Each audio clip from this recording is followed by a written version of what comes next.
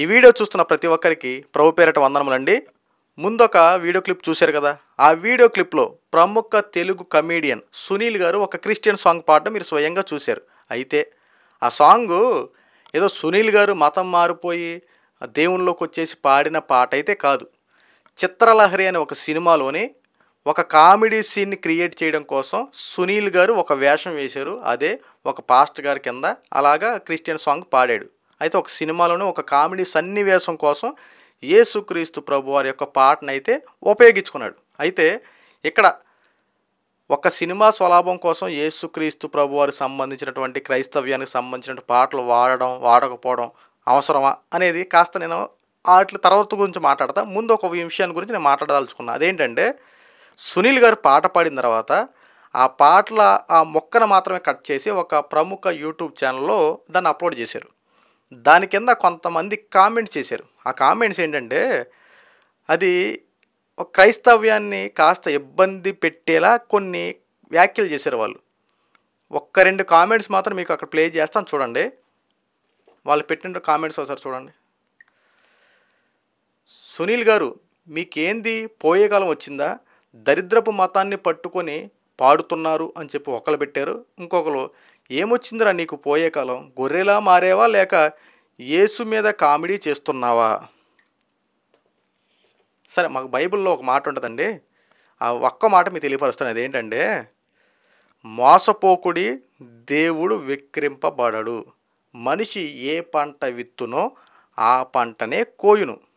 ఇప్పుడు మన మతాల జోలికి వెళ్ళకూడదండి. నీ మతం నీకు గొప్ప అయితే నా మతం నాకు గొప్ప. మీ యొక్క భాషలో మీ యొక్క మతంలో మీరు పూజించే ఆ దేవుని యొక్క నామంలో మీకు మీ దేవుడు కాపాడతాడని చెప్పి మీరు ఎలా నమ్ముతారో మా యొక్క భాషలో మా యొక్క బైబిల్ ప్రకారం మాకున్నటువంటి విధి విధానాల ప్రకారం మా దేవుడు మమ్మల్ని కాపాడతాడు అని మాకు ఒక నమ్మకం ఉంటుంది. కాబట్టి ఎవరి మతాలను మనం తక్కువ చేసుకోకూడదండి. నేను ఇక్కడ ఎవరిని కించపరచాలని చెప్పి మాట్లాడలేదు. ఎందుకంటే హిందువుల్ని చిన్న మాట అన్నా లేదంటే ఏమన్నా గుళ్ళు మీద ధ్వంసం చేసినా లేదంటే ఏదైనా విషయం మీద కాస్త ఏదైనా చేసినా విస్తృత స్థాయిలో క్రైస్తవుల మీద ఎలా తిరగబడిపోతున్నారే, మరి క్రైస్తవుల మీద ఎంత దారుణంగా ఈరోజు మాట్లాడుతున్నారు. కాబట్టి ఇలాంటి వారిని ఏం చేయాలి సార్? మరి మేమేం చేయలేం కదండి. అందుకే మా బాధనే వ్యక్తపరుచుకుంటున్నాం. ఎందుకంటే మతాల మధ్య చిచ్చు పెట్టుకోకూడదు. మనందరం సహోదర భావంతో ఉండాలి. ఈ రోజున నువ్వు చనిపోయినా నేను చనిపోయినా వెళ్ళేది ఆ మట్టిలోకే. నిన్ను కోసినా రక్తం వస్తుంది, నన్ను కోసినా రక్తం వస్తుంది. ఎవరికైనా రక్తంతోనే మనం బ్రతికేది. ఆ రక్తం అనేది లేకపోతే మనిషి మృత్యువుతో సమానం. ఇలాంటిది అంటే ఉన్న 60 ఏళ్ళ జీవితంలో మతాల పేరట చిచ్చులు పెట్టుకొని ఎందుకంటే మనలో మనం కొట్టుకు చచ్చిపోవడం. కాస్త మానవత్వంగా ఆలోచించండి. ఇప్పుడు మతంలో ఉన్నప్పుడు ఎవరి మతాన్ని వాళ్ళు స్వీకరించుకుంటారు, ఎవరి మతాన్ని వాళ్ళు ప్రచారం చేసుకుంటారు.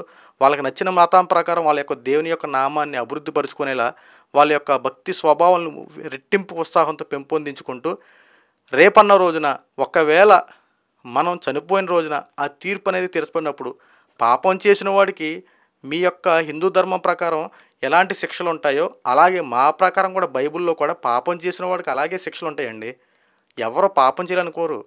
ఎవరైనా సరే మంచి పనులు చేసుకొని ఈ భూమి మీద సమాధానంతో ఉండాలి, చక్కగా నలుగురిలో మంచి పేరు తెచ్చుకోవాలి, చక్కగా జీవించాలని చెప్పి అనుకుంటారు. అంతే తప్ప ఇక్కడ ఎవ్వరూ తప్పులు చేయాలనుకోరు.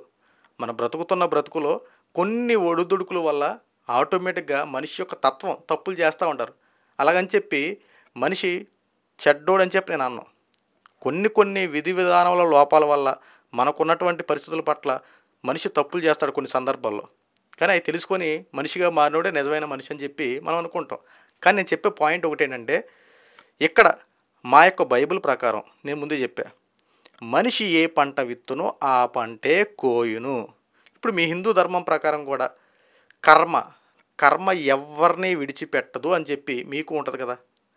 తప్పు చేసిన వాడికి కర్మ ఖచ్చితంగా రిటర్న్ గిఫ్ట్ ఇస్తుందని చెప్పి మాట్లాడుకుంటాం కదా. ఇలాగే మనము ఒకరినొకరిని తక్కువ చేసుకోవద్దు. ఇప్పుడు సునీల్ గారు పాట పాడారు, ఒక చిత్రీకరణలో చేసుకున్నారు, దేవుని యొక్క నామాన్ని వ్యర్థంగా వాడుకున్నారు. అది రేపన రోజున మంచి జరిగితే మంచి జరుగుద్ది, చెడు జరిగితే జరుగుద్ది. అదంతా దేవుళ్ళ యొక్క నామంలో చూసుకుంటారు. మనుషులుగా మనం ఎవరిని శపించకూడదు, అలా తప్పు చేసాడని చెప్పి మనం శిక్షించకూడదు. మన నోటుతో రేయ్ నువ్వు తప్పు చేసావు, దేవుని యొక్క నామాన్ని వ్యర్థంగా నాశనం చేసావు, నువ్వు నాశనం అయిపోతావు, నువ్వు చెడిపోతావు అని చెప్పి ఇలాంటి మాటలు మనం అనకూడదు, తప్పది. తెలియపరచాలి. నేను తెలియపరుస్తున్నా, మనము మన అవసరాల కోసం దేవుని యొక్క నామాన్ని మనం వాడుకోవద్దు. ఎందుకంటే పొట్టకూటు కోసం కోటి విద్యలు ఉన్నాయండి, బ్రతకడం కోసం అనేక దారులు ఉన్నాయి. ఈ అనేక దారులు తొక్కేటప్పుడు ఇలాగ మతాలని అడ్డం పెట్టుకుని సంపాదించడం వల్ల ఉపయోగం ఏముంది? ఇలా దేవుని యొక్క నామాన్ని వ్యర్థంగా మాట్లాడడం వల్ల ఉపయోగం ఏముంది? ఈ దేవుడనే కాదు, ఒక యేసుక్రీస్తు ప్రభువారనే కాదు, ఏ దేవుడినైనా సరే తక్కువ చేయకూడదు. ఎవరి భక్తి భావాలు వాళ్ళకు ఉంటాయి, ఎవరికి ఉండే విశ్వాసం వాళ్ళకు ఉంటుంది. ఎవరి భక్తి భావాలు వాళ్ళ యొక్క మనోభావాలను మనం దెబ్బతీయకూడదు. ఈ రోజున వాళ్ళు పెట్టినటువంటి కామెంట్స్ ఎంత దారుణం అండి. ఒక్కసారి మళ్ళీ ఒకసారి చదువుతున్నాం సార్, చూడండి. అది దరిద్రపు మతాన్ని పట్టుకొని పాడుతున్నవరని చెప్పి మాట్లాడుతూ ఉన్నాడు. ఇప్పుడు దరిద్రపు మతం అంటే అదే మాటలు మేమంటే ఎలా ఉంటుంది సార్ మిమ్మల్ని? ఇంకోటి, యేసు మీద కామెడీ చేస్తున్నావా, గొర్రెలా మారిపోయేవారా అని చెప్పి తిడతా ఉన్నారు. అంటే తప్పు చేసినప్పుడు ఆ తప్పు చేసిన వాడికి మీరు చెప్పాల్సింది పోయి, అరే తప్పురా నాన్న, ఒక దేవుడి మీద మనం ఇలా కించపరచకూడదు, రేపొద్దున మన దేవుళ్ళు మనం అంటే మనం ఎలాగా ఇబ్బంది పడతాం, వాళ్ళ దేవుళ్ళు వాళ్ళన్నా అలాగే రియాక్ట్ అవుతారు, తప్పురానా అని చెప్పి సర్దు చేయడం మానేసి చేసిన వాడికి మీరు మాట్లాడిన వాటి మాటలివా? తప్పే కదా అది. ఇప్పుడు సమానత్వం ఎక్కడ ఉంటుందండి? ఒకరినొకరిని స్వీకరించుకునే విధానం బట్టే ఉంటుంది. ఈరోజు నువ్వు మాట్లాడే మాట అవతల వాళ్ళని నువ్వు మాటతో వాళ్ళకి మంచి చెప్పేలా ఉండాలి, వాళ్ళని మోటివేట్ చేసుకొని తప్పు ఏది చేసాడో వాళ్ళకి గుర్తు చేసేలా ఉండాలి. ఇప్పుడు సునీల్ గారు పాట పాడారు, నేను ఏమైనా అన్నానా? ఎప్పటివరకు నేను చెప్పానా? నేను స్టార్టింగే చెప్పా, తప్పు చేశాడో మంచి చేశాడో ఒప్పు చేశాడో మనం మనుషులు అండి, మనం ఏంటంటే తీర్పులు తెచ్చేది? మనం ఎందుకంటే తీర్పులు తెచ్చేది? ఆ దేవుడు అనేవాడు ఉన్నాడు కదా. మీ యొక్క భక్తి భావాల్లో తీర్పు తెచ్చేవాళ్ళు ఎలాగైతే ఉన్నారో, మా యేసుక్రీస్తు సంబంధించి మా యొక్క బైబిల్ ప్రకారం మాకు కూడా ఒక ఆయన తీర్పు తీస్తారని చెప్పి మాకు ఉంది. కాబట్టి ఆయన మేము భారం వేస్తాం, మీరు కూడా మీ దేవుని మీద మీరు భారం వేసుకుంటూ ఉంటారు. అయ్యా నాకు కష్టం వచ్చింది, నా ఇవాళ ఎలాగో వచ్చి మీరు ఎలాగైతే దేవుని వేడుకుంటారో మేము కూడా అలాగే దేవుని వేడుకుంటామండి. ఇక్కడ మతాలు వేరవచ్చు, ఇక్కడ మన ప్రాంతీయ భాషలు వేరవచ్చు, కానీ ఎవరి భక్తి వాళ్ళకి, ఎవరి విశ్వాసం వాళ్ళకు ఉన్నాయి. మీ దేవుడు మీకు గొప్ప అయితే మా దేవుడు మాకు గొప్ప. మా దేవుడి విషయంలో తప్పు చేస్తే ఆ దేవుడే శిక్షిస్తాడని చెప్పి దేవుని మీద అయితే మేము ఎలాగైతే భారం వేస్తున్నామో మీరు కూడా అలాగే. కానీ ఇలాగ తప్పు మాటలు మనం మాట్లాడుకోవద్దు.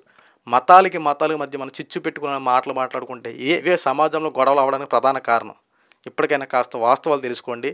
దయచేసి విషయాన్ని విషయంగానే చూడండి. దాన్ని పోర్ట్రే చేసుకొని ఉద్రేకాలకు వెళ్ళిపోయి ఏదో ఇదే తప్పు చేశాడు, ఇలాగే చేశాడు, అలాగే చేశాడని చెప్పి కక్షలు పెంచేసుకొని మనకే విరోధులు అవ్వద్దు. దేవుడు పక్షపాతి కాదు, అందరికీ సమానమే. ఈ భూమి మీద పుట్టిన ప్రతి ఒక్కడు ఏదో ఒక రోజున చనిపోవాల్సిందే. ఈ చనిపోయే రోజులో ఎందుకండి ఇలా మతాల పట్ల గొడవలు పడడం? బ్రతికిచ్చినటువంటి ఆ దేవుడికి ఏ దేవుడికి వెళ్తే ఆ దేవుడిని మొరపెట్టుకుని ఆ దేవుడికి సంబంధించినటువంటి పూజలు, మీరు నచ్చిన దేవుడిని పూజలు చేసుకుంటారు. వీళ్ళు నచ్చినటువంటి క్రైస్తవ మతం వీళ్ళు స్వీకరించుకొని వాళ్ళ రకాలం కావాలంటారు. చక్కగా ఎవరికైనా సంతోషంగా ఉంటారు కదండి. కానీ ఇలాంటి మాటలు మాట్లాడడం తప్పు కదా. కాబట్టి కాస్త తెలుసుకోండి. వ్యక్తికి సరదాగా సునీల్ అన్నారనుకో, తప్పులేదు. ఏందయ్యా సునీల్ ఇలా కామెడీ చేయడం అవసరమా, ఎందుకు, తప్పు కదా అని చెప్పి అలాగా ఆయనకి కాస్త మందలించినట్టు చెప్తే బాగుండేది. కానీ ఆ వ్యక్తిని ఏమీ అనకుండా, కానీ క్రైస్తవ మతాన్ని ఇంత దారుణంగా అనడం కరెక్ట్ కాదు. కాబట్టి కాస్త మీకు తెలియపరుస్తున్నా. సో ఇలాంటి మరిన్ని ఇంపార్టెంట్ విషయాలు కనుక తెలుసుకోవాలనుకుంటే మన ఛానల్ సబ్స్క్రైబ్ చేసుకోండి. ఇలాంటి మరిన్ని అప్డేట్స్ కనుక మీకు రావాలనుకుంటే మన యొక్క ఛానల్ ఫాలో అవుతే ప్రతిదీ, ఇక క్రైస్తవ్యమనే కదా, నేను ఓన్లీ పాయింట్ వైజ్గా మాట్లాడదు. కాబట్టి మీకు ఈ వీడియో నచ్చితే నలుగురు షేర్ చేసి వాళ్ళు కూడా సబ్స్క్రైబ్ చేసుకోమని చెప్పండి. అందరికీ ప్రభు పేరట వందనములు.